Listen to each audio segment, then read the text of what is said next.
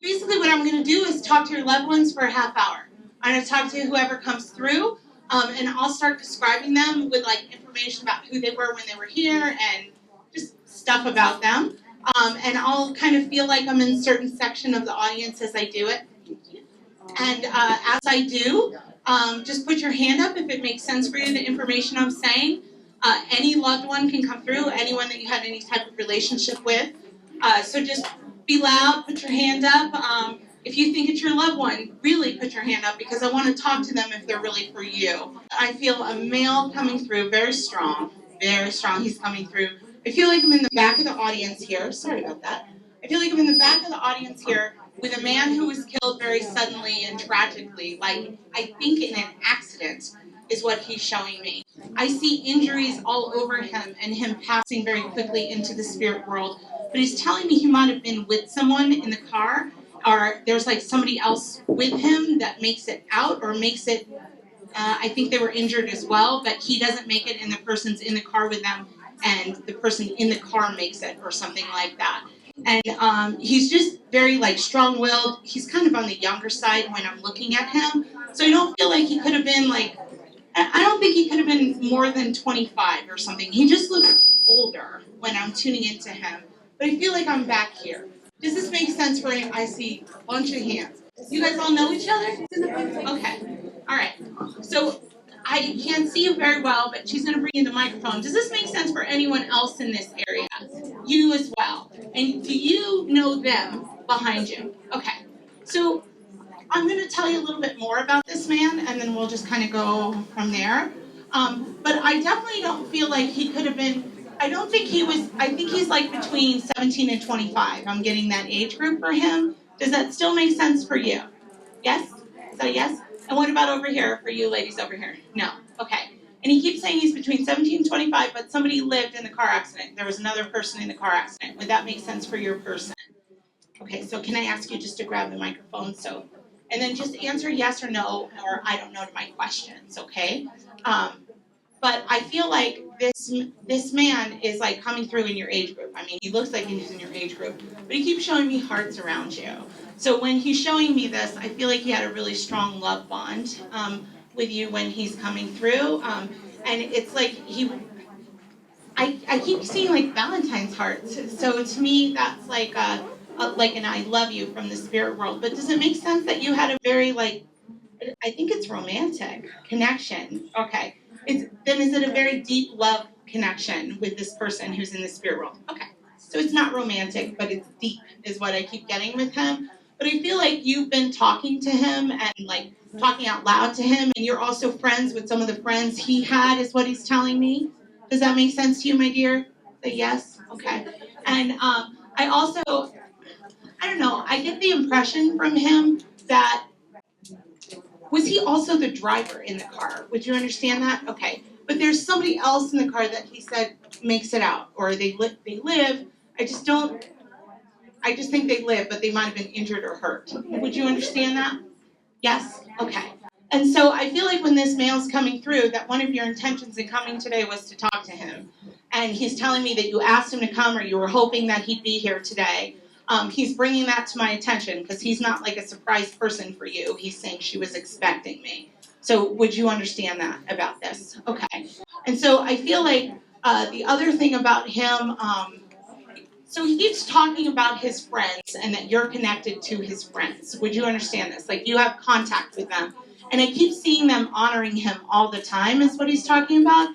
And what this looks like are pictures, and it kind of reminds me of Facebook or something like that, like some type of social media where like pictures keep showing up over and over and over again. But he's telling me that this is all of his friends, and he wants to acknowledge that his friends really loved him and missed him, but also his family. And I do feel like you're also connected to his family too. Would you understand that?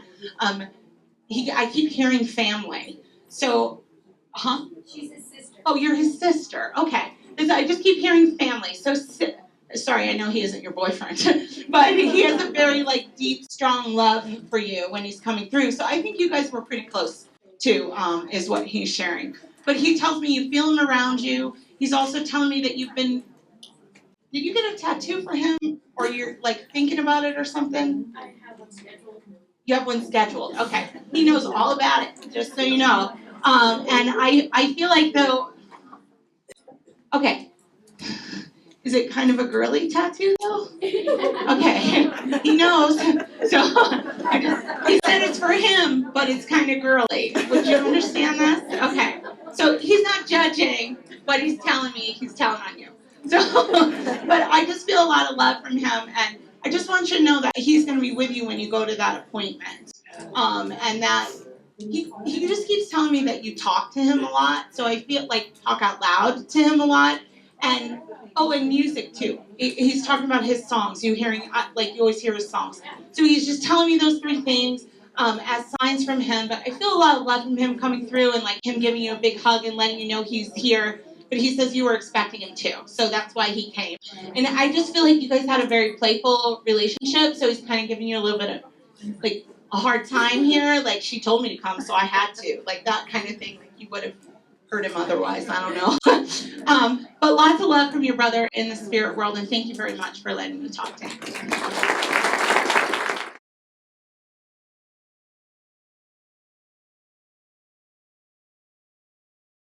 He keeps saying he's like the husband or the boyfriend for someone. He dies of something down here, like colon cancer stuff. I know he said stomach. Is that your husband? Okay. And you don't have a mother, but you have a mother in the spirit world. I just might be coming back to you guys. So out of all these people, you're going to get read twice. So that's kind of miraculous. Well, and you still, that's what they're waiting for you. Okay. So the thing is that the husband is telling me that with this cancer, it seems very aggressive, is what I'm getting here.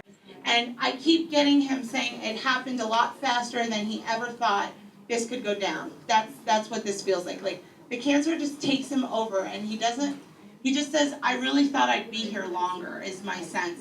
And do you have children with him? Does that make sense? Then does he have children in the living world? Okay, he's talking about his children that are here and him being around his kids. So I know they're not with you, but he's just his kids.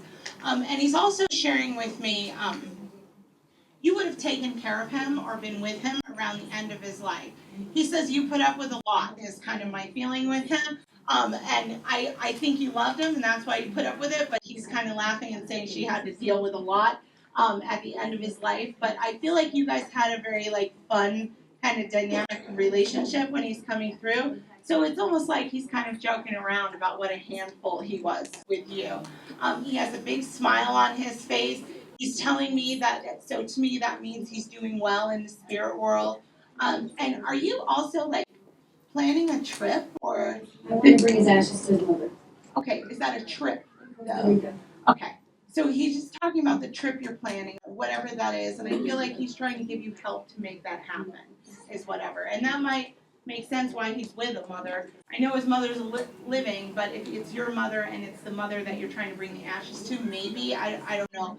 But he just wanted to kind of give you a little kiss and let you know that he was here. And since you guys are together, it makes sense then that your mother would come.